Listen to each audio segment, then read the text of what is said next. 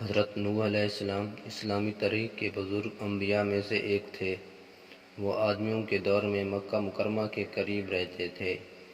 حضرت نوح علیہ السلام کو خداوند نے اس وقت برحق کیا جب دنیا میں کفر و شرک کا بہت زیادہ عظیم ہو گیا تھا اور لوگوں نے اسلام کو بھول کر مختلف معبودوں کو عبادت شروع کر دی تھی۔ اکثر روایات کے مطابق حضرت نوح علیہ السلام کو خداوند نے آدمیوں کو انبیاء کے ذریعے ہدایت دینے کے لیے منتخب کیا تھا۔ انہیں انبیاء کی صفوں کے ساتھ لوگوں کو توحید اور راستے پر لانے کا عمل سکھایا گیا تھا۔ حضرت نوح علیہ السلام نے خداوند کی طرف سے اکبر الانبیاء میں سے ایک تنبیہ کی کہ قریش قوم کو اپنے شرک و کفر کے بدلہ لینے کے لیے جہاد بنا کر اس کے ساتھ قریش کی طرف سفر کریں۔